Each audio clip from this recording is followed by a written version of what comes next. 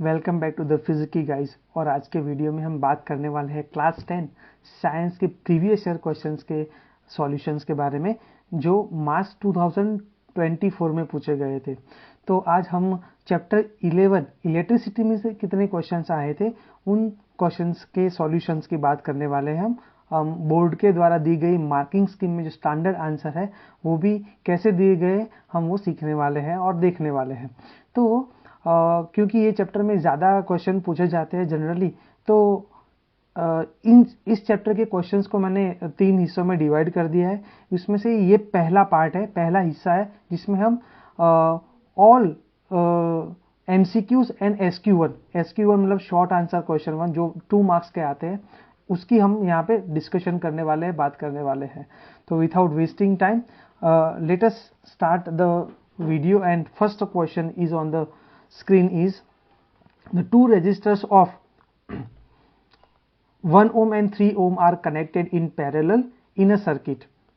If a current of 1 ampere is flowing through the circuit, the current flowing through the 3 ohm resistor is A 1 ampere, B 0.75 ampere, C 0.33 ampere, 0.25 ampere. सो चारों option में कौन सा option सही हो सकता है? तो यहाँ पे सबसे पहले क्वेश्चन को अगर हम ध्यान से पढ़े तो यहाँ पे जो कॉम्बिनेशन यूज किया है उन्होंने कौन सा है? पैरेलल कॉम्बिनेशन यूज किया है। कौन सा यूज किया है? Parallel combination.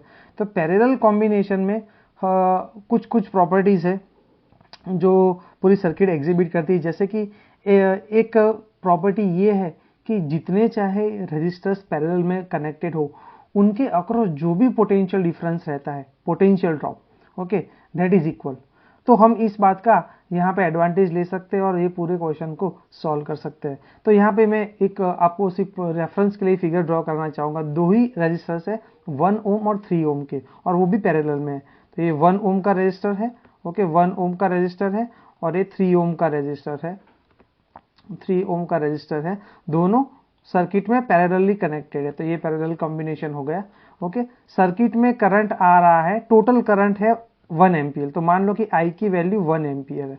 तो यहाँ पे थोड़ा इसको डिस्क्रिप्शन में लिखे हम यहाँ पे। तो I की वैल्यू है 1 एम्पियर जो टोटल करंट है। ओके, R1 की वैल्यू है हमारा 1 एम्पियर, R2 की वैल्यू है हमारा 1 ओम, एंड R2 की वैल्यू है 3 ओम। अब उन्होंने पूछा है क्वेश्चन में कि what is the current flowing through the 3 ohm resistor. 3 ohm resistors में से कितना करंट जा रहा है हमें पता करना है। तो उसके लिए हमारा कंसेप्ट क्या बोलता है कि जब पैरेलल कॉम्बिनेशन हो तो कॉम्बिनेशन के अक्रॉस अगर कोई हम वोल्टमीटर ज्वाइन करते हैं, ओके, तो वो वोल्टमीटर जितना भी पोटेंशियल डिफरेंस बता रहा है वो सेम पोटेंशियल डिफरेंस 3 ओम के भी बराबर लगेगा और 1 ओम के भी बराबर लगेगा। तो यहाँ पे एक और कंसेप्ट हम ऐड कर सकते हैं कि whatever potential drop is across 1 ohm is equal to the potential drop across 3 ohm. Okay, तो means V1 is equal to V2। ये कंसेप्ट सबसे इंपॉर्टेंट है इस टाइप के क्वेश्चन को सॉल्व करने के लिए। अच्छा, मान लो कि करंट 1 ओम में I1 करंट जा रहा है, ओके, और 3 ओम में I2 करंट जा रहा है। ओके, अब I1 भी हमारे पास अननोन है, I2 भी हमारे पास अननोन है। ओके, I दिया हुआ है, तो यहाँ पे I1 भी नहीं पता, I2 भी नहीं पता। हमें बेसिकली I2 फाइंड करना है, मतलब करंट थ्रू 3 ओम रेजिस्टर। तो यहाँ पे हम पैरेलल कॉम्बिनेशन का वो कंसेप्ट कि potential drop across 3 ohm resistor and potential drop across 1 ohm resistor will be equal। तो मैं यहाँ पे ऐसा लिख सकता हूँ V1 is equal to V2। अब मुझे पता है कि V1 कितना होगा, I1 into R1 V2 is equal to I2 into R2। अच्छा, R1 की वैल्यू दिया हुआ है 1 ओम, ओके, R2 की वैल्यू 3 ओम, तो मैं यहाँ पे रख लेता हूँ। तो R1 की वैल्यू 1 ओम है, तो I1 into 1 is equal to I2 into 3। तो यहाँ पे I1 is equal to 3I2, I1 is equal to 3I2 होगा। अच्छा, अब हमारा ये पॉइंट पे टोटल करंट कितना है, I टोटल है हमारा I, वो है 1 एम्पियर। ओके, यहाँ पे ऑलरेडी क्वेश्चन में दिया गया है, क्वेश्चन में 1 एम्पियर दिया हुआ है। अच्छा, ये करंट में से I1 I2 निकले होंगे। हमें कंसेप्ट समझना चाहिए कि ये करंट में से ही दो हिस्से हुए होंगे और इसमें से कुछ हिस्सा मतलब करंट का कुछ हिस्सा 1 एम्पियर के 1 ओम के रेजिस्टेंस थ्रू गया होगा और दूसरा हिस्सा 3 ओम के रेजिस्टेंस थ्रू गया होगा। तो total current is equal to I1 plus I2। Okay, तो यहाँ पे I1 की वैल्यू हमारे पास है I1 की value 1 ampere is equal to I1 की वैल्यू 3I2 है। ओके, हम यहाँ से पता कर से I1 की जगह पे 3I2 रख दिया। ओके, यहाँ पे I2 की वैल्यू ऑलरेडी I2 है। So 1 ampere is equal to 3I2 plus I2 मतलब 4I2। Okay, 4I2। सो यहाँ पे I2 की वैल्यू आएगी 1/4 एम्पियर। तो यहाँ पे जो हमारा करेक्ट आंसर आ रहा है वो है 1/4 एम्पियर मतलब 0.25 एम्पियर। तो option D is the correct one है। अच्छा, यहाँ पे तो बोल सकते हैं कि भाई 3 ओम में 0.25 एम्पियर जा रहा है तो 1 ओम में कितना करंट जाएगा, 1 ओम में कितना जाएगा 0.75 एम्पियर। तो जिसमें यहाँ पे option D is the correct answer. चलो next question, 2 wires of the same metal have the same length but their cross-sectional areas are in the ratio of 4:1. They join in series. The resistance of the thicker wire is 20 ohm. The total resistance of the combination is.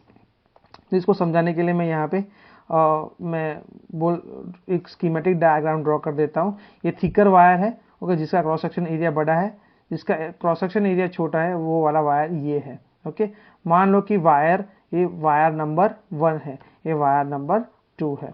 Okay, यहाँ पे 2 wire है, दोनों की same metal है, मतलब same metal है तो उनकी रेजिस्टिविटी भी सेम होगी। ρ1 is equal to ρ2 is equal to ρ।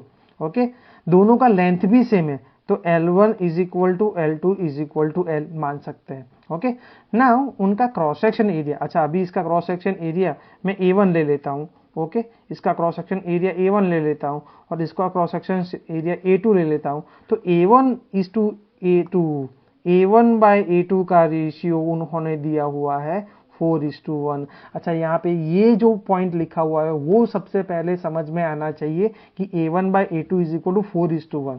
Okay, मतलब A1 का एरिया मतलब फर्स्ट वायर का एरिया ज़्यादा बड़ा है तो ऊपर न्यूमरेटर में आया है। ओके, सेकंड वायर का एरिया जो छोटा है वो डिनोमिनेटर में आया हुआ है। ओके, अब उन्होंने पूछा है they are connected in series combination में ज्वाइन करा हुआ है। The resistance of the thicker wire is 20 ohm. तो हमारे लिए थिकर वायर कौन सा है, थिकर वायर 1 है तो R1 यहाँ पे दिया हुआ है से 20 ओम। ओके, तो total resistance of the combination पूछा है। अच्छा, total resistance of the series combination पता करना है तो हमें R2 को तो पता करना ही पड़ेगा। ओके, और तब जाके हम वो वाला इक्वेशन सीरीज कॉम्बिनेशन का R equivalent is equal to R1 plus R2 लगा के हम इक्विवेलेंट रेजिस्टेंस फाइंड कर सकते हैं। तो यहाँ पे सबसे पहले R2 को फाइंड करना पड़ेगा। तो उसके लिए यहाँ पे जो पैरामीटर्स दिए गए हैं क्वेश्चन में कि दोनों का लेंथ सेम है, रेजिस्टिविटी सेम होगी क्योंकि सेम मेटल के है और उनका क्रॉस सेक्शन एरिया का रेशियो 4:1 है। तो उस चीज़ का हम फायदा उठा के हम उसका यूज करके हम R1 और R2 के बीच का रिलेशनशिप पता कर सकते हैं। ओके, तो यहाँ पे इसको सॉल्व करेंगे तो मान लो कि R1 रेजिस्टेंस R1 कितना होगा ρ1 L1 अपॉन A1।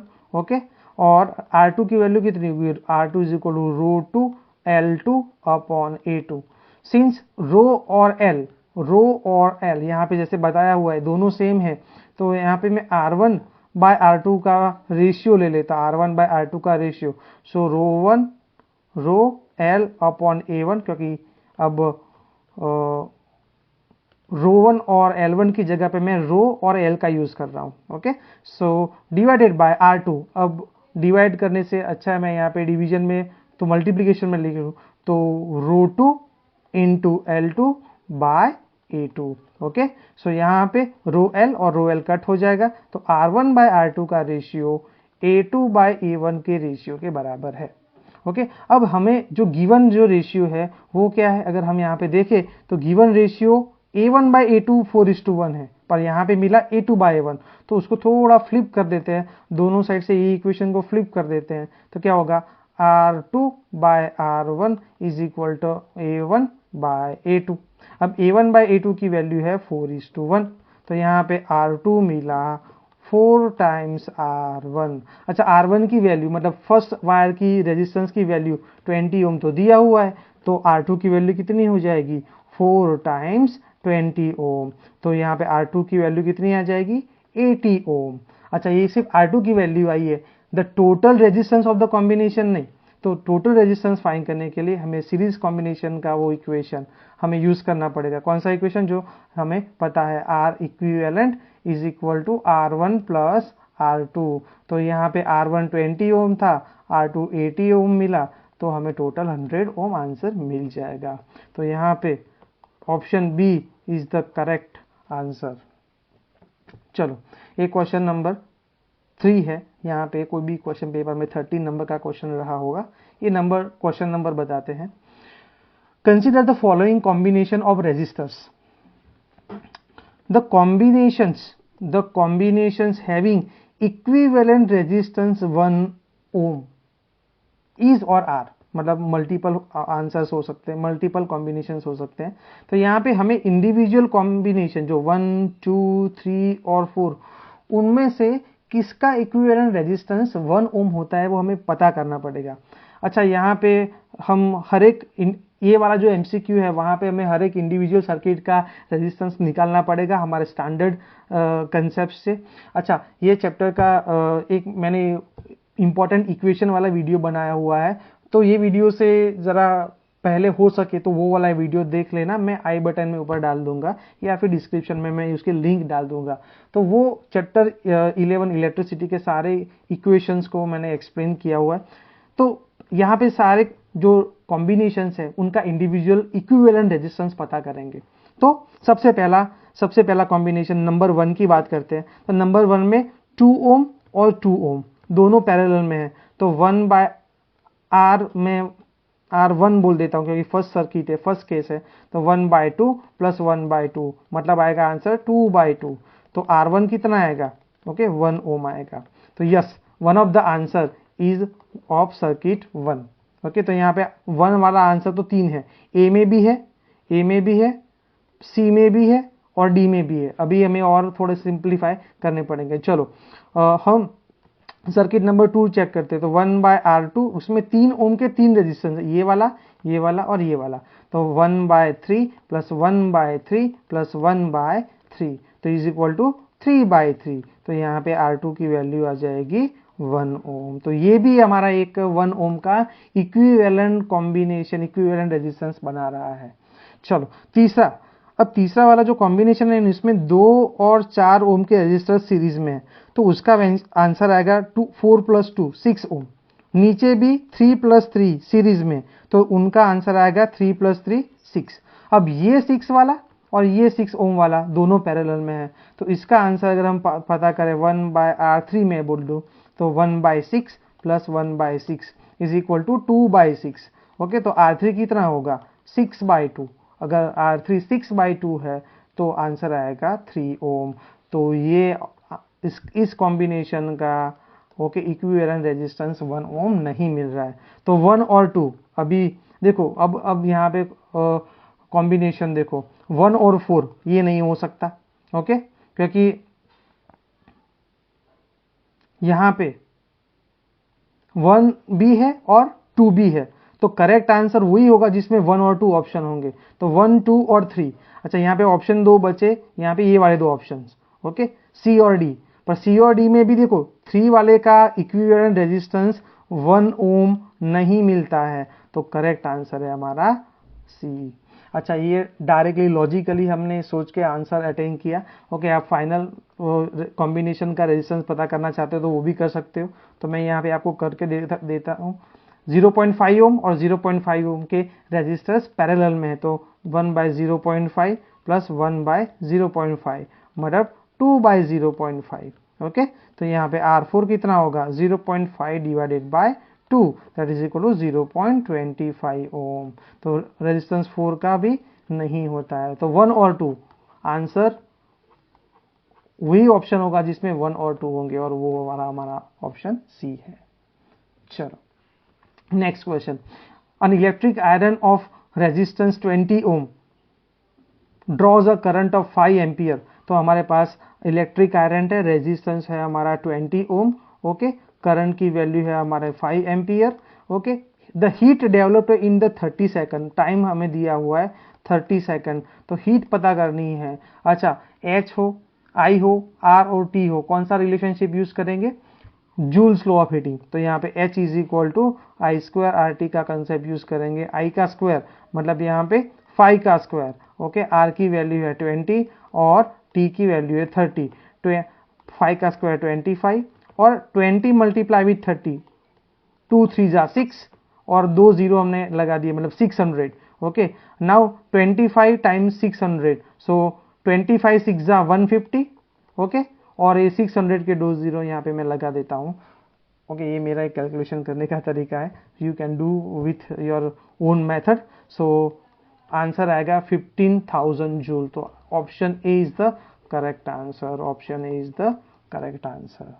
चलो, question number 14, in case of 4 wires of same material the resistance will be minimum if the resistance will be minimum if the diameter and length of the wire respectively are d by 2 and l by 4, d by 4 and 4l, 2d and l and 4d and 2l, okay.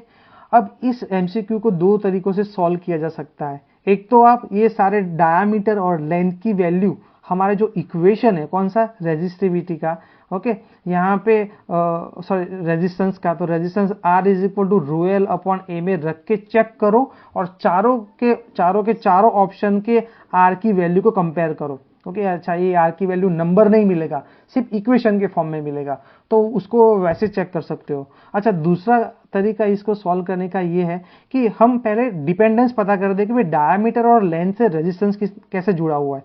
तो R is equal to rho L upon A, हमें ये पता है, okay. अच्छा, यहाँ पे diameter आया है तो area is equal to pi R square, okay, क्योंकि यहाँ पे जो सिलिंडरिकल वायर रहता है तो इसका एरिया पाई आर स्क्वायर से मिलेगा, ओके। सो यहाँ पे डायमीटर दिया हुआ तो pi D square upon 4, okay. तो रेजिस्टेंस हमारा क्या बनेगा, R is equal to rho L, area की जगह पे पाई डी स्क्वायर अपॉन 4। अच्छा, ये 4 ऊपर चला जाएगा तो 4 rho L upon pi D square, मतलब resistance is directly proportional to length and resistance is inversely proportional to the square of the diameter, okay. अब मुझे रेजिस्टेंस मिनिमम चाहिए, तो यहां पे देखो डायमीटर जिसका सबसे बड़ा होगा उसका स्क्वायर भी बड़ा होगा, जिसका स्क्वायर बड़ा होगा, ओके, उसका डिनोमिनेटर बड़ा होगा, और जिसका डिनोमिनेटर बड़ा होगा रेजिस्टेंस उसका कम होगा। तो सबसे बड़ा डायमीटर किसका है, वो वाला ऑप्शन यहाँ पे करेक्ट आंसर आ सकता है, ओके। पर यहाँ पे ये वाला ऑप्शन करेक्ट आंसर है जहां पे मैक्सिमम डायमीटर है, ओके। ये वाला ऑप्शन करेक्ट है। पर साथ साथ में अगर आप वो मेथड जो मैंने आपको शुरुआत में बताई जहां पे चारों ऑप्शंस का ये आर फाइंड करते हो, वहां पे हमें पता चलेगा कि ये वाला ऑप्शन भी one of the correct option है, ओके। तो दोनों ऑप्शन करेक्ट है, पर मार्किंग स्कीम में यही ऑप्शन करेक्ट बताया हुआ है। तो हमें इसके पीछे कौन सा कंसेप्ट लगाना है, resistance is inversely proportional to the square of the diameter. तो जिसके डायमीटर का स्क्वायर मैक्सिमम होगा, ओके, उसका रेजिस्टेंस मिनिमम होगा, ओके। तो यहाँ पे देखो सबके डायमीटर्स देखो, चेक करो, पहले का d बाई 2 तो उसका स्क्वायर तो डी स्क्वायर बाई 4 होगा, ओके। इसका d बाई 4 तो इसका डी स्क्वायर बाई 16 हो जाएगा, ओके। इसका 2d है तो मतलब 4d स्क्वायर होगा, और इसका 4d है तो इसका डायमीटर का स्क्वायर 16d स्क्वायर है, तो सबसे मैक्सिमम डायमीटर इसका होता है, okay. But at the same time हमें ध्यान रखना है कि लेंथ भी चेक करनी है, ओके। और यहाँ पे लेंथ भी डबल हो रही है, तो इसलिए मैंने बोला ऑप्शन सी और ऑप्शन डी दोनों करेक्ट आंसर है, पर मार्किंग स्कीम में ऑप्शन डी करेक्ट बताया हुआ है, तो हम वो ही सिलेक्ट करेंगे। चलो, next question, in the given circuit the total resistance between X and Y. अब इसको सॉल्व करने का मैं आपको तरीका यहाँ पे बताना चाहता हूँ। एक्चुअली अगर आपने बहुत प्रैक्टिस करी और आपके टीचर ने आपको समझाया हुआ है तो कुछ स्टैंडर्ड कॉम्बिनेशंस रहते हैं और वो ये वाला क्वेश्चन एक स्टैंडर्ड कॉम्बिनेशन का है, मतलब अगर ऐसा ये फिगर आपको जैसे दिख रही है वैसे शेप में अगर रेजिस्टेंस कनेक्टेड हो, ओके, जैसे कि यहाँ पे आप देख सकते हो कि रेजिस्टेंस इज एक वायर ऐसा जा रहा है, एक वायर ऐसा जा रहा है, और ये 2 पॉइंट के बीच में एक रेजिस्टर है, ये 2 पॉइंट के बीच में एक रेजिस्टर है, ये 2 पॉइंट के बीच में एक रेजिस्टर है। तो इस टाइप के कॉम्बिनेशन का इक्विवेलेंट रेजिस्टेंस अगर इक्विवेलेंट सर्किट बनाए तो वो कुछ ऐसी मिलती है, तीनों के तीनों रेजिस्टर्स पैरेलल में मिलते हैं, ओके, तीनों के तीनों रेजिस्टर्स पैरेलल में मिलते हैं। इसको कैसे समझ सकते हैं, इसको सिंपली समझना है तो समझ लो। अच्छा, मैं ये पॉइंट से x पॉइंट और y पॉइंट से अलग अलग रेजिस्टर्स कितने जुड़े हुए हैं, ये x पॉइंट से कितने रेजिस्टर जुड़े हुए हैं जरा मैं बताता हूँ। तो चलो, ये x पॉइंट से डायरेक्टली ये 2 ओम का जुड़ा हुआ है, और ये x पॉइंट से मैं बता देता हूँ, x पॉइंट से वायर यहाँ पे जा रहा है, मतलब कोई रेजिस्टेंस नहीं है, तो x पॉइंट से 3 ओम भी जुड़ा हुआ है, 6 ओम भी जुड़ा हुआ है। टेक्निकली हम बोल सकते हैं ना कि x पॉइंट से 3 ओम भी जुड़ा हुआ है और 6 ओम भी जुड़ा हुआ है। अच्छा चलो, यहाँ पे एक और चीज मैं बता रहा हूँ आपको कि y पॉइंट से कितने जुड़े हुए हैं। तो y पॉइंट से एक तो 6 ओम का ये वाला जुड़ा हुआ है, और y पॉइंट से 3 ओम का एक, और ये 2 ओम का एक। तो हम मान सकते हैं कि x के साथ भी 3 रेजिस्टेंस के 3 एंड्स कनेक्टेड है, x के साथ 3 रेजिस्टेंस के 3 एंड कनेक्टेड है, 2 का भी कनेक्टेड है, ओके, 2 का भी कनेक्टेड है, 3 का भी कनेक्टेड है, ओके, और 6 का भी। सिमिलरली y के साथ भी 2 का, 3 का, 6 का, तो इसीलिए ये कॉम्बिनेशन पैरेलल कॉम्बिनेशन बनेगा। अब इसका इक्विवेलेंट रेजिस्टेंस कैसे पता करोगे, 1/R equivalent is equal 1/2 plus 1/3 plus 1/6। इसका एलसीएम आएगा 6, तो यहाँ पे 3, यहाँ पे 2, यहाँ पे 1, 3 + 2 + 1, 3 + 2 5 and 1 6, 6/6, ओके। तो 1/R इक्विवेलेंट 6/6 मिला, तो R इक्विवेलेंट कितना मिलेगा, ओके, वो भी 6/6 1 ओम मिलेगा। तो यहाँ पे करेक्ट आंसर है हमारा option D, okay, option D is the correct answer. चलो नेक्स्ट क्वेश्चन हम करते हैं। चलो, SI unit of electrical resistivity is, okay, ये मेमोरी बेस्ड क्वेश्चन है, ओके, आपको याद होना चाहिए, ओके। इसका करेक्ट आंसर आता है ohm into metre, okay, option C is the correct answer. चलो क्वेश्चन नंबर 40, मतलब next question, the maximum resistance of a network of 5, okay, maximum resistance of a network of 5 identical resistors of 1/5 ohm each can be। अब maximum resistance कैसे पता कर सकते हैं, resistance को कैसे जोड़े, कौन से कॉम्बिनेशन में जोड़े कि जिसका इक्विवेलेंट रेजिस्टेंस मैक्सिमम होता है। तो हमें पता है हमारे कंसेप्ट से, वो है सीरीज कॉम्बिनेशन। सीरीज कॉम्बिनेशन को अगर यूज किया जाए तो हम सर्किट में मैक्सिमम रेजिस्टेंस क्रिएट कर सकते हैं, और इसी वजह से हमारे टेक्स्ट बुक में एक जगह पे लिखा हुआ है the equivalent resistance of the series combination is maximum effective resistance, okay, okay। तो यहाँ पे मैक्सिमम इफेक्टिव रेजिस्टेंस चाहिए, तो सीरीज में कनेक्ट करना पड़ेगा। तो R is equal to, okay, 1/5 plus 1/5। अच्छा, ये कितने रजिस्टर्स है, 5 रजिस्टर्स है, तो 5 बार करना पड़ेगा, पांचों को सीरीज में कन्वर्ट करना पड़ेगा, ओके, ये 5 सीरीज में। अच्छा, यहाँ पे सबके एलसीएम सेम आएंगे, ओके, ऊपर तो सबका एडिशन, तो 1 + 1 + 1 + 1 + 1, okay, that is equal to 5। तो रेजिस्टेंस हमारा आएगा 1 ओम। तो option A is the correct answer. चलो आगे बढ़ते हैं। Study the IV graph for the 3 resistors of the resistances R1 and R2 and R3 and select the correct statement from the following. Statement तो नहीं दिया, यहाँ पे कंपेरिजन दिया हुआ है, तो वही जो कंपैरिजन है, सबसे पहला है R1 is equal to R2 is equal to R3, option B है R1 greater than R2 greater than R3, option C है R3 greater than R2 greater then R1, और ऑप्शन डी है R2 greater than R3 greater than R1, okay. तो इसको solve करने के लिए हमें ओम्स लॉ का रेजिस्टेंस कैसे पता, ओम्स लॉ पे से रेजिस्टेंस कैसे पता करते, पर्टिकुलरली ग्राफिकल मेथड, ओके। तो IV ग्राफ का स्टडी आपको करना पड़ेगा। इसके रिगार्डिंग मैंने ओम्स लॉ का एक वीडियो भी बनाया हुआ है अपने चैनल पे, तो वो जाके देख लेना, मैं उसका लिंक डिस्क्रिप्शन में डाल दूंगा, आपको थोड़ा IV ग्राफ में से रेजिस्टेंस कैसे निकाल सकते हैं तो वो आपको हेल्प करेगा। तो यहाँ पे दो टाइप के ग्राफ होते हैं मुझे पता है, V versus I graph, okay, और I versus V graph, okay. तो यहाँ पे अगर V वर्सेस I ग्राफ की बात करें, V वर्सेस I ग्राफ, तो उसका स्लोप है ना वो tan थीटा से मिलता है और उसकी वैल्यू डायरेक्ट रेजिस्टेंस देती है। अगर VI ग्राफ, अच्छा VI ग्राफ और IV ग्राफ में फर्क क्या है? VI ग्राफ में V y एक्सिस पे होता है, ओके, और I x एक्सिस पे, तो और IV ग्राफ में I y एक्सिस में और V x एक्सिस पे होता है, ओके। तो जैसे यहाँ पे हमारे प्रेजेंट सिचुएशन ये ग्राफ है, ओके। तो अब IV ग्राफ में थोड़ा उल्टा होता है। IV ग्राफ में स्लोप की वैल्यू अगेन tan थीटा ही मिलती है, पर रेजिस्टेंस की वैल्यू रेसिप्रोकल ऑफ स्लोप से मिलता है, ओके। तो जिसका स्लोप ज्यादा उसका रेजिस्टेंस कम, सिंपल लैंग्वेज में बोलेंगे अगर ये रिलेशनशिप से, तो जिसका स्लोप ज्यादा उसका रेजिस्टेंस कम। अच्छा, यहाँ पे कौन सी लाइन बहुत ज्यादा स्लोपी लगती है अगर आप देखोगे भी, ओके, आप मुझे बता सकते हो डायरेक्टली यहाँ पे, ओके, ये लाइन ज्यादा स्लोपी नहीं है, ये लाइन सबसे ज्यादा स्लोपी है। तो R1 रेजिस्टेंस है वो सबसे ज्यादा स्लोपी लाइन है। अब जो सबसे ज्यादा स्लोप होगा, तो स्लोप किसका ज्यादा है? Slope of R1 is more than slope of R2, okay, and it is greater than slope of R3, okay. तो हमारे स्लोप का रिलेशन रेजिस्टेंस से इनवर्सली है, तो यहाँ पे करेक्ट रिलेशनशिप बनेगा हमारा, कौन सा रिलेशनशिप बनेगा? Is equal to R1 less than R2 less than R3। So यहाँ पे R3 मैक्सिमम बनेगा, तो यहाँ पे कोई ऐसा ऑप्शन है R1 greater than R2 greater than R3, ये गलत है, ओके। R2 गलत है, इक्वल तो बिल्कुल नहीं है, तो option C is the correct answer. Option C में देखो R3 मैक्सिमम है, हमारे केस में भी कैलकुलेशन में भी R3 मैक्सिमम मिला है। चलो नेक्स्ट क्वेश्चन,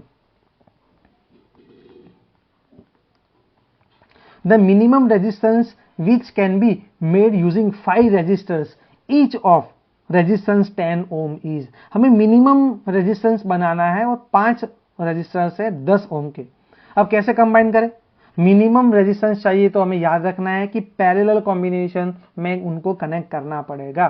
जैसे हमें अभी 2 MCQ पहले हमने जो MCQ किया उसमें हमें मैक्सिमम रेजिस्टेंस चाहिए था, तो सीरीज में कनेक्ट किया, मिनिमम चाहिए तो हमें पैरेलल में कन्वर्ट करना पड़ेगा। तो पैरेलल में कनेक्ट करोगे तो इक्विवेलेंट रेजिस्टेंस कितना होगा? 1/R equivalent is equal to 1/10 plus 1/10 plus 1/10 plus 1/10 plus 1/10 as we know the equation of parallel combination.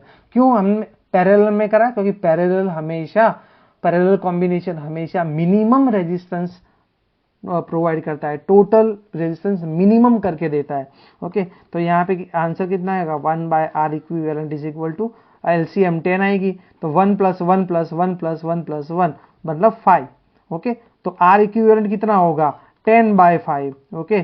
तो 10/5 कितना होगा? 2 ओम। अच्छा, ऐसे जब मल्टीपल रेजिस्टेंसेस हो और उनकी सारों की वैल्यू सेम हो और उनको पैरेलल में कनेक्ट किया हो, तो डायरेक्ट R इक्विवेलेंट कैसे पता करते हैं उसका एक यूट्यूब शॉर्ट भी मेरे चैनल पे है, उसको भी जाके देख लेना। तो यहाँ पे करेक्ट आंसर आएगा 2 ओम, तो option C is the correct answer. Next, assertion and reason, okay. यहाँ पे हम एसर्शन रीजन के बारे में बात करेंगे, ओके। एसर्शन रीजन को सॉल्व करने का ट्रिक ये है कि दोनों स्टेटमेंट क्या इंडिविजुअली करेक्ट है या नहीं, वो चेक करो। अगर है तो बाद में आपको चेक करना है कि क्या दूसरा स्टेटमेंट का डिस्क्रिप्शन जो स्टेटमेंट है वो क्या पहले स्टेटमेंट में जो हो रहा है उसका करेक्ट एक्सप्लेनेशन देता है, उसका रिलेशनशिप है। अगर है तो option A, assertion and reason both are correct and reason is the correct explanation of assertion, वो वाला ऑप्शन आएगा। Otherwise option B. अगर दोनों में से कोई भी एक स्टेटमेंट गलत हुआ तो रिस्पेक्टिव ऑप्शन हमें आंसर मिलेगा, पहले भी 2 ऑप्शंस नहीं आएंगे, ओके। तो यहाँ पे हम पहले 2 assertion रीजन को, assertion स्टेटमेंट को और रीजन को हम पहले इवेल्युएट करते हैं वो सही है या नहीं। Electrons move from lower potential to higher potential in conductor. अच्छा, सबसे पहले हम इसको फिगर ड्रॉ कर दे तो आपको ज़्यादा पता चलेगा। मान लो कि ये कंडक्टर है, ओके। कंडक्टर को जनरली जब करंट फ्लो करवाया जाता है तब बैटरी से कनेक्टेड किया जाता है। तो मान लो कि ये बैटरी का पॉजिटिव टर्मिनल है, ये बैटरी का नेगेटिव टर्मिनल है, ओके। और हमारा वायर यहाँ पे सर्किट कंप्लीट करता है। तो हमारा कन्वेंशनल करंट बोलता है कि हमारा करंट पॉजिटिव टर्मिनल से, बैटरी के पॉजिटिव टर्मिनल से नेगेटिव टर्मिनल की ओर जाता है, ओके।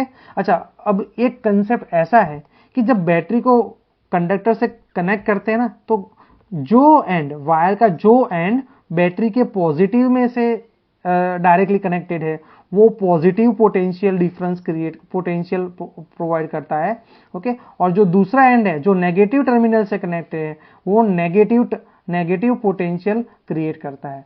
तो यहां पे कन्वेंशनल करंट ऐसा है। कन्वेंशनल करंट कैसा है? कन्वेंशनल करंट ऐसा है, ओके। अब हमें पता है कि real current, okay, electronic current, जिसको हम जनरली सर्किट में नहीं बताते, वो हमेशा कन्वेंशनल करंट के ऑपोजिट जाता है। तो electronic current, current due two electron, okay, जो इलेक्ट्रॉन का फ्लो होता है, वो ओरिजिनल करंट आई, जो हम जनरली हर एक सर्किट में बताते हैं, उससे एग्जैक्टली ऑपोजिट होता है। तो अब इलेक्ट्रॉन नेगेटिव पोटेंशियल से पॉजिटिव पोटेंशियल पे जा रहे हैं, ओके। तो यहां पे ये स्टेटमेंट क्या है? Electron move from lower potential to higher potential in a conductor is a correct statement, okay. यहाँ पे नेगेटिव पोटेंशियल लोअर पोटेंशियल बनेगा, ओके, ये लोअर पोटेंशियल बनेगा, ओके। पॉजिटिव पोटेंशियल ये हमारा हायर पोटेंशियल बनेगा, ओके। तो स्टेटमेंट करेक्ट है। चलो अब रीजन स्टेटमेंट चेक करते हैं। A dry cell maintains the electric potential difference across the ends of the conductor. ये स्टेटमेंट करेक्ट है, उसी की वजह से करंट फॉर्म होता है ना। अगर सेल नहीं होता, ड्राई सेल नहीं होता, तो पोटेंशियल भी नहीं आता। पर क्या ये एक्सप्लेन करता है कि सेल की वजह से आपके इलेक्ट्रॉन्स लोअर टू हायर जाते हैं? ना, नहीं होता है। So in that case the answer is the option number B, where we can write assertion and reason are correct, but reason is not correct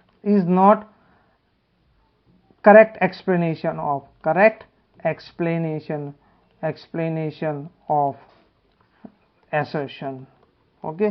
तो ऑप्शन बी हमारा correct answer आएगा। Okay, so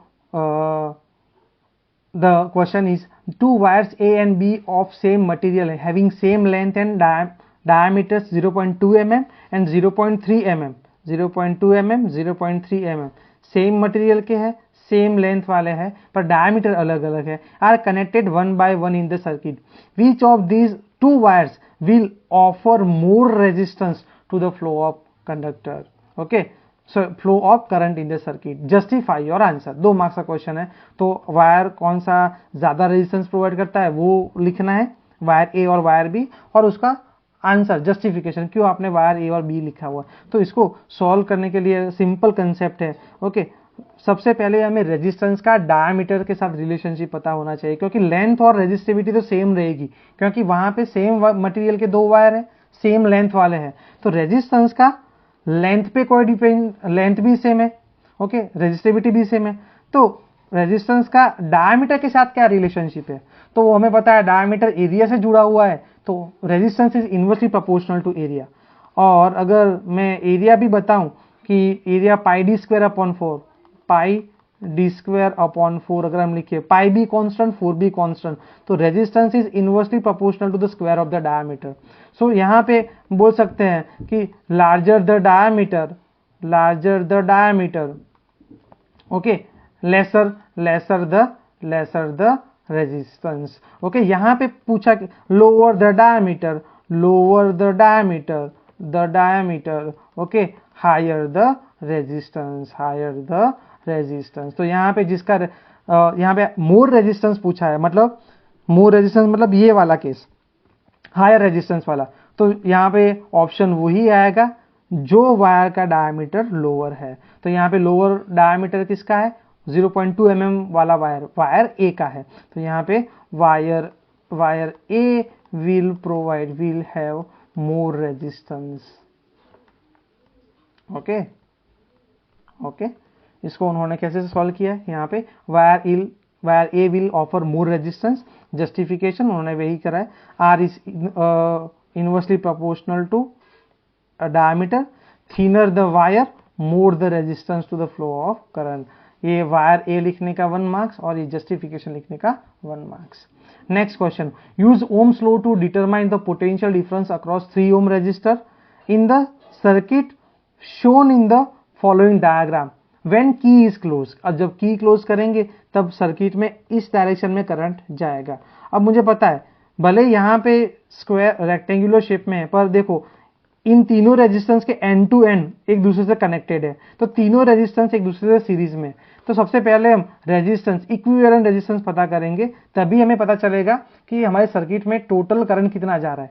एक बार ये 3 ओम के across current कितना जा रहा है वो पता हो जाए तो V पता करने के लिए हम क्या यूज कर सकते हैं, V across 3 ohm okay is equal to I across 3 ohm into 3 ohm resistance. Okay V is equal to IR वाला इक्वेशन यूज कर सकते हैं। तो पहले रेजिस्टेंस तो पता कर ले, रेजिस्टेंस कितना बनेगा 1 ohm plus 2 ohm, 1 plus 2 plus 3 that is equal to 3 plus 2 plus 1 6 ohm. अच्छा यहाँ पे मैं डायरेक्टली बता रहा हूँ, इसका स्टैंडर्ड आंसर नीचे मैं बताऊंगा, मैं ये जस्ट कैलकुलेट करते बता रहा हूँ। ओके अब टोटल वोल्टेज कितना होगा, तो करंट थ्रू 3 ओम कितना होगा, करंट 3 ओम में से कितना जाएगा, जितना सर्किट में से जाएगा, तो सर्किट में टोटल करंट कितना जाएगा, सर्किट में total current is equal to potential V upon I is equal to V upon R। Voltage है 2 वोल्ट, बैटरी 2 वोल्ट की है ओके और टोटल रेजिस्टेंस 6 ओम है, तो 2/6 एम्पियर मतलब कि 1/3 एम्पियर। ओके तो अच्छा वोल्टेज अक्रॉस 3 ओम कितना होगा, ये वाला इक्वेशन लगाते हैं हम यहाँ पे। ओके तो यहाँ पे कितना होगा वोल्टेज, तो करंट अक्रॉस 3 ओम रजिस्टर कितना होगा, वो भी 1/3 होगा, क्योंकि अगर पूरे सर्किट में 1/3 जा रहा तो यहाँ पे भी 1/3 ओम आएगा, 1/3 ओम सॉरी एम्पियर, 1/3 एम्पियर यहाँ पे भी आएगा, 1/3 एम्पियर यहाँ पे भी आएगा, 1/3 एम्पियर यहाँ पे भी आएगा। सीरीज कॉम्बिनेशन में करंट को फ्लो करने के लिए एक ही पाथ अवेलेबल है, तो सारे रेजिस्टेंस में से सेम करंट जाएगा। तो यहाँ पे इक्वेशन में हम वैल्यू रख दे 3 ओम ओके तो आंसर आएगा 1 वोल्ट। ओके तो स्टैंडर्ड आंसर को हम चेक करते हैं। ओके यहाँ पे स्टैंडर्ड आंसर में R1 plus R2 plus R3, देखो यहाँ पे सीरीज कॉम्बिनेशन का इक्विवेलेंट रेजिस्टेंस लिखने का 1/2 मार्क्स लिखा हुआ है। ओके कई बार अगर आपने ये इक्वेशन नहीं लिखा ओके और डायरेक्टली आपने कैलकुलेट कर दिया है तभी भी कोई इश्यू नहीं है, आपको पूरे मार्क्स मिल जाएंगे। 6 ओम आंसर फाइंड करने का 1/2 मार्क्स। अब जैसे मैंने बोला I is equal to V upon R, ये सर्किट में से कितना करंट फ्लो हो रहा है वो फाइंड करने के लिए, तो ये इक्वेशन देखो यहाँ पे शायद मुझे लगता है कि ये जो है half marks, it is given for I is equal to V upon R और फाइंडिंग द 1/3 एम्पियर। ओके और लास्ट में V is equal to IR apply करके 1 वोल्ट फाइंड करने का हाफ मार्क्स। तो ऐसी तरीके से मार्क्स दिए गए हैं। चलो नेक्स्ट क्वेश्चन है, an electric source can supply a charge of 750 coulomb. तो यहाँ पे चार्ज दिया हुआ है Q is equal to 750 coulomb. Okay if the current drawn by device is 15 milliampere. अच्छा करंट मतलब 15 मिली एम्पियर है। अच्छा मिली एम्पियर को एम्पियर में कन्वर्ट करने के लिए -3 से मल्टीप्लाई करना पड़ता है। Find the time in which the electric source will be discharge completely.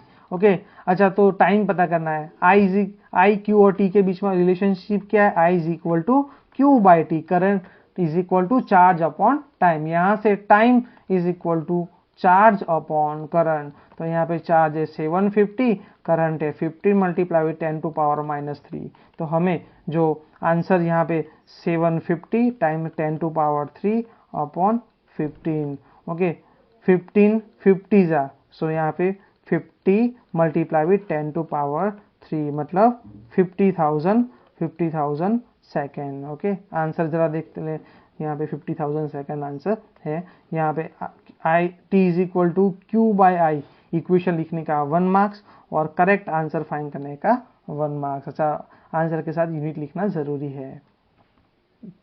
चलो यहां से show how you would connect 3 resistors each of resistance 6 ohm so that the combination has the resistance of 9 ohm, justify your answer. ऐसा question आया यहाँ पे कि हमारे पास 3 resistors है, ओके, 6 ओम के 3 रेजिस्टर, 6 ओम 6 ओम 6 ओम, हमें टोटल कॉम्बिनेशन 9 ओम बनाना है कुछ भी करके, ओके। तो कैसे बना सकते हैं? तो पहले तो सबसे पहले 3 को सीरीज में कनेक्ट करके चेक करो, ओके, 3 को पैरेलल में कनेक्ट करके चेक करो, ओके। उसके बाद हम अलग अलग कॉम्बिनेशन ट्राई करते हैं, 2 को सीरीज में और 1 को 2 सीरीज वालों से पैरेलल में, ऐसे इसका कॉम्बिनेशन चेक करो, ओके। और एक ऐसा, ये रफ में करना है, ये जब आप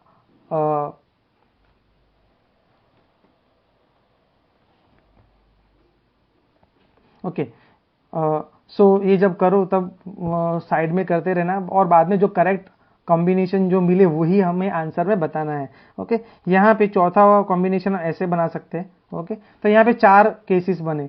सबसे पहले केस का इसका इक्विवेलेंट रेजिस्टेंस कितना मिलेगा? 6 + 6 + 6, ओके, इसका मिलेगा 18 ओम। तो ये कॉम्बिनेशन गलत है। चलो इसका कितना मिलेगा? ये तीनों पैरेलल में है, तो R इक्विवेलेंट कैसे बनेगा? 1/R = 1/6 + 1/6 + 1/6, 1/R1 + 1/R2 + 1/R3। तो यहाँ पे 3/6 आएगा, तो R आएगा 6/3, दैट इज इक्वल टू 2 ओम। ये भी नहीं है, ओके। चलो तीसरा कॉम्बिनेशन, यहाँ पे क्या हो रहा है जरा देखते हैं, ओके। ये दो सीरीज में, इन दोनों सीरीज, ये भी 6 ओम का, ये भी 6 ओम का, ये भी 6 ओम का, तो टोटल कितना उन दोनों का होगा? 12 ओम, ओके। ये 12 ओम वाला एक 6 ओम वाले से अगेन पैरेलल में, तो इन दोनों का कितना होगा? 1/R = 1/6 + 6, मतलब 12 ओम का प्लस 1/6, तो 1/12 + 1/6, ओके। तो यहाँ पे होगा कुछ एलसीएम आएगा 12, तो यहाँ पे 1 + 2 मतलब 3/12, ओके। तो आंसर आ जाएगा यहाँ पे, R की वैल्यू आएगी 12/3, तो 4 ओम। तो ये भी हमारा प्रॉपर कॉम्बिनेशन नहीं है, ओके। और चौथा वाला कॉम्बिनेशन हमारा करेक्ट कॉम्बिनेशन होगा, जरा चेक कर लेते हैं। 6 ओम, यहाँ पे भी 6 ओम है, यहाँ पे भी 6 ओम है, तो यहाँ पे जरा देखो, ये एक कॉम्बिनेशन बन गया, ये पैरेलल कॉम्बिनेशन बनेगा। तो इसका पहले हम रेजिस्टेंस पता कर लेते हैं, okay. 1/R = 1/6 + 1/6, that is equal to 2/6। तो इसका R कितना मिलेगा? इसका R मिलेगा 6/2, मतलब 3 ओम। अच्छा, ये R ये 6 से सीरीज में, तो R इक्विवेलेंट कितना मिलेगा? 6 ओम + R, ओके। तो 6 ओम + 3 ओम, दैट इज इक्वल टू 9 ओम। तो ये वाला हमारा कॉम्बिनेशन करेक्ट होगा, ओके। तो यहाँ पे आंसर आप देख सकते हो कैसे बताया हुआ है। आंसर का जस्टिफिकेशन, फिगर ड्रॉ करने का 1 मार्क, ओके, और ये पूरा जस्टिफिकेशन देने का 1 mark. Award the marks for writing the statement और ड्रॉइंग द डायग्राम। आप स्टेटमेंट भी लिख सकते हो, उसका भी 1 मार्क आपको दिया जाएगा। तो स्टेटमेंट लिखने से अच्छा है फिगर से बताएं, क्योंकि कई बार स्टेटमेंट में जो आप वर्ड्स लिखते हो वो गलत मीनिंग कर जाते हैं, ओके। द टीचर और इवेल्युएटर जो आपका पेपर चेक करता है वो शायद गलत मीनिंग भी निकाल सकता है। तो फिगर बताना सबसे बेस्ट आंसर होगा, बस बेस्ट चॉइस होगा। नेक्स्ट क्वेश्चन है, इन the given circuit calculate the power consumed in what in the register 2 ohm. तो हमें ये रजिस्टर में से कितना पावर, इसका पावर कितना कंज्यूम हो रहा है वो हमें पता करना है। अच्छा, पावर P, ओके, रेजिस्टेंस है 2 ओम, पावर पता करना है। अच्छा, बैटरी का वोल्टेज दिया हुआ है, अगर मैं कुछ भी तरीके से सर्किट में करंट कितना जा रहा है मैं पता कर दूं, तो मुझे पता है, क्योंकि दोनों ही रेजिस्टेंस सीरीज में है, जितना करंट 1 ओम में से जा रहा है उतना ही 2 ओम में से जाएगा। तो मैं पहले क्या करता हूं कि रेजिस्टेंस करंट कितना जा रहा है वो पता कर लेता हूं, और करंट की वैल्यू मिल जाएगी, रेजिस्टेंस की वैल्यू मिल जाएगी, तो पावर P = I²R वाला इक्वेशन यूज कर सकता हूं। और ओके, यहाँ पे जरा देख लेते हैं कि कितना होगा। तो पहले करंट कितना मिलेगा? Current = voltage by resistance. अब वोल्टेज है 6 वोल्ट, रेजिस्टेंस है हमारा, टोटल रेजिस्टेंस आएगा 1 + 2 3 ओम। ओके, तो 6/3 2 एम्पियर जा रहा है। तो यहाँ से भी 2 एम्पियर, ओके, यहाँ से भी 2 एम्पियर।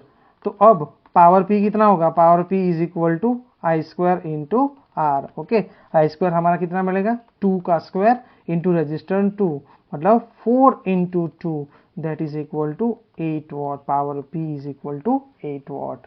ओके, और यहाँ पे भी आंसर सेम ही बताया हुआ है। ओके, आगे बढ़ते हैं। An electric source can supply a charge of 500 coulomb. Okay, 500 coulomb. If the current drawn by the device is 25 milliampere, find the time in which the electric source will be discharged completely. ये same उसी question के जैसा है जैसा हमने आगे देखा। Q is equal to I T. Okay, यहाँ पे भी again Q is equal to I T पता करने के बाद T का equation Q is equal to I T पे से T is equal to Q/I लिखने का हाफ मार्क्स। ओके, ये कैलकुलेशन का हाफ मार्क्स और final answer with correct unit का 1 मार्क। नेक्स्ट क्वेश्चन है हमारा question number 26। Calculate the resistance of a copper wire of length 1000 metre. Okay, calculate the resistance of a copper wire of length 1000 metre. Length है 1000 metre. Area of cross section A दिया हुआ है 2 millimetre square. Okay, and resistivity of copper rho दिया हुआ है 1.6 10⁻⁸ ओम into metre. Okay, अच्छा, इसको आप मीटर स्क्वायर में कन्वर्ट करके R is equal to ρl/A वाला इक्वेशन यूज करते हैं। ओके, तो आपके पास रो है, L है, एरिया है। तो यहाँ पे देखो स्टैंडर्ड आंसर। ओके, एरिया को उन्होंने कन्वर्ट किया हुआ है मीटर स्क्वायर में। तो 2 कितना होगा, 2 × 10⁻⁻6। Okay, metre square. Okay, 10⁻⁻6 metre square. तो इसका तो करेक्ट ये जो इक्वेशन लिखने का हाफ मार्क्स। ओके, यहाँ पे ये जो कन्वर्जन है उसी की वजह से गिवन का हाफ मार्क्स दिया हुआ है, और करेक्ट वैल्यू रखने का हाफ मार्क्स और करेक्ट आंसर का हाफ मार्क्स है। चलो next question. State Joule's law of heating. How is this effect useful in electric circuit where fuse is used as a safety device. तो fuse again एक IMP concept है हमारे chapter में। तो यहाँ पे Joule's law of heating, heat produce in the resistor is directly proportional to the square of the current for a given resistance for a given conductor and time for which the current flows to the resistor. ये statement लिखने का पूरा 1 marks आपको मिलेगा। चलो दूसरा, how this effect is useful in electric circuit where fuse is used. तो fuse काम क्या करते हैं, fuse is a safety device. Okay, it will be used as a safety device. Why? How? Okay, so when suddenly a large amount of current will pass through the fuse wire will get melt because of the heating effect of electric current, Joule's law of heating. Okay, so यहाँ पे लिखा हुआ है if any unduly high electric current flow through the circuit, the temperature of the fuse wire increases because of the heat generated. This melts the fuse wire and break the circuit. उसका 1 marks है। चलो next question है हमारे पास। The filament of an electric lamp draws a current of 0.5 ampere. तो current हमारे पास है 0.5 ampere. Okay, which lights for 2 hours. T is equal to 2 hour. अच्छा, 2 आवर हमारा ऐसा यूनिट नहीं, उसको सेकंड में कन्वर्ट करना पड़ेगा। 1 आवर में 3600 सेकंड्स होते हैं। ओके, सो 7200 सेकंड्स यहाँ पे 2 आवर्स में रहेंगे। Okay, calculate the charge that flow through the circuit. Charge पता करना है, तो Q is equal to I T. ये यहाँ कहाँ से आया, current I is equal to Q/T।